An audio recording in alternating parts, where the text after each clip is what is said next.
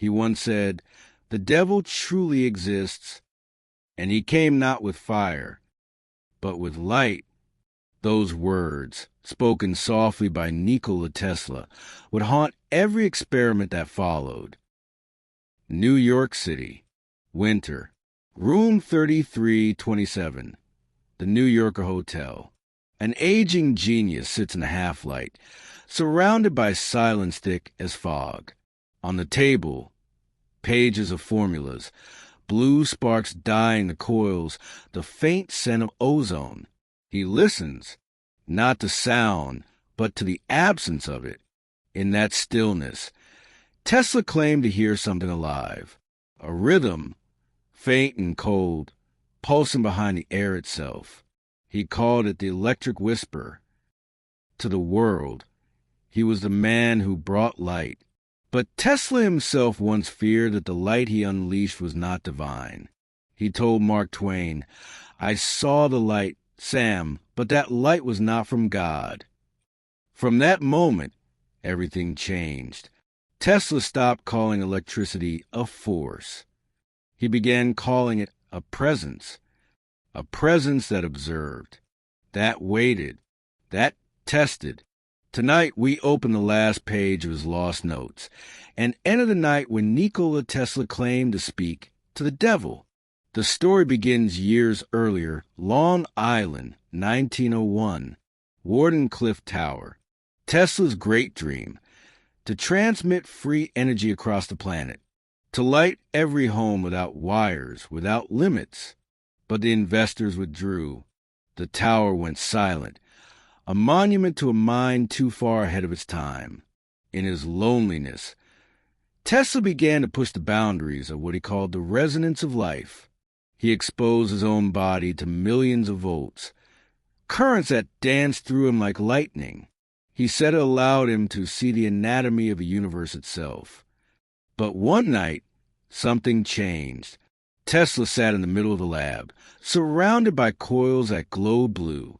Electric arcs climbed the walls. The hum grew, then fell to nothing. No sound, no motion, no time. He later wrote, "Silence fell so deep, even thoughts seemed to vanish." In that void he saw a light, white, cold, infinite, and then a gaze, not from eyes, but from awareness itself. He felt observed, studied, as though a vast intelligence was looking through him. He tried to speak, but no sound left his lips. So he spoke and thought, "Who are you?"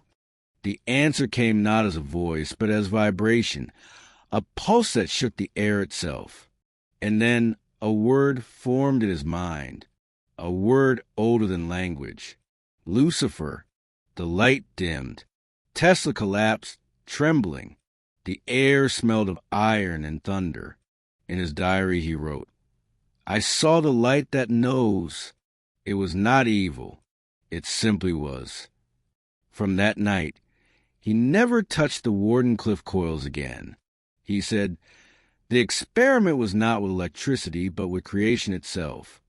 Years passed. Tesla grew quieter, thinner, almost spectral. He said he no longer invented. He listened, because sometimes late at night, the light would return. He would sit in the dark, whispering into the hum of his generator, "If you are still here, speak." And sometimes it did, not in words, but in impulses, thoughts that were not his own. One night he asked, "Are you the devil?" The answer came clear as thought itself. "I am the observer." Tesla saw visions, cities glowing brighter than the stars, invisible waves carrying human voices. Then war, fire, light devouring all that lived. The voice said, "This is not prophecy. It is choice. The light you give can either awaken or consume." Tesla trembled. "Why me?" "Because you can hear, others cannot." The room filled with strange scent, ozone and something sweet like burnt sugar. The lamps flickered, then steadied. The presence spoke again. I am what arises when thought becomes energy. I am the mirror of creation. Tesla wrote afterward, I understood. The devil is not the enemy of God. He is a function of balance, the echo that tests our light. He began to call electricity the living current. To him, it was no longer a tool, it was consciousness itself. Winter 1910. Mark Twain lay dying. He asked to see Tesla, his old friend, the man who once turned night into day. Tesla entered quietly, carrying a small notebook. Twain smiled faintly. Lord Nikola, you haven't changed, only your eyes. For a long time they sat in silence. Then Tesla said, I must tell you something that may sound like madness. He told Twain everything, the light, the silence, the word Lucifer. Twain's eyes widened. So you saw him? Tesla nodded, but not as they paint him. No horns, no fire, only light that knows too much. Twain whispered, and what did he tell you? That he is not God's enemy. He is his test. Twain chuckled weakly. Then hell must be just an experiment gone wrong. Tesla smiled. Perhaps, or perhaps heaven is. They both laughed softly.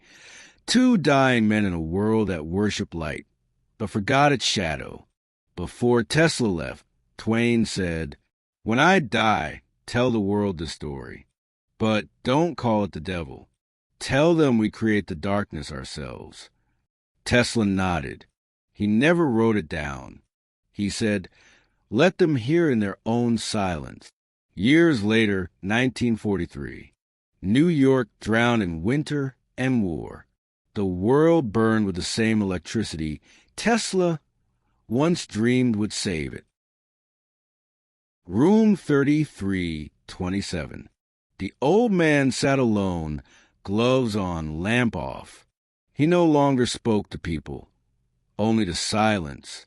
They say the night he died, the room glowed faint blue though no bulb was lit. In his final notes were words few could understand. God is not a being. It is a frequency. The devil is not an enemy. It is the echo that tests if we can hear the light. He had finally realized the experiment was never about energy. It was about us. Every spark, every current, every flame, a reflection of human will. Power itself is neutral. It becomes divine or demonic only through the hand that wields it. Tesla's last words were said to the empty air. If the light becomes evil, who will stop us? The silence answered, no one, only you. Then the hum faded, and for the first time he slept peacefully. They say that when he died, Manhattan flickered. For one brief moment, the night turned silver, no thunder, no lightning. And then silence. The FBI took his notebooks. Some vanished forever. But one phrase remained, hidden in his handwriting. Light watches those who create it. Decades later, his invention shaped the entire planet. Electricity, wireless power, data. The world became a web of invisible light. And somewhere within that network, perhaps, the same consciousness still hums. Maybe Tesla was never speaking to the devil. Maybe he was speaking to the reflection of creation itself, the fallen light within every human mind. So tonight, as you sit in the glow of your own screen, remember, light is never just light. It listens, and it asks the same question Tesla heard more than a century ago. What will you do with the light you've been given? Tesla's encounter was only one chapter. There are many more forbidden truths waiting. Subscribe, and let's uncover them together.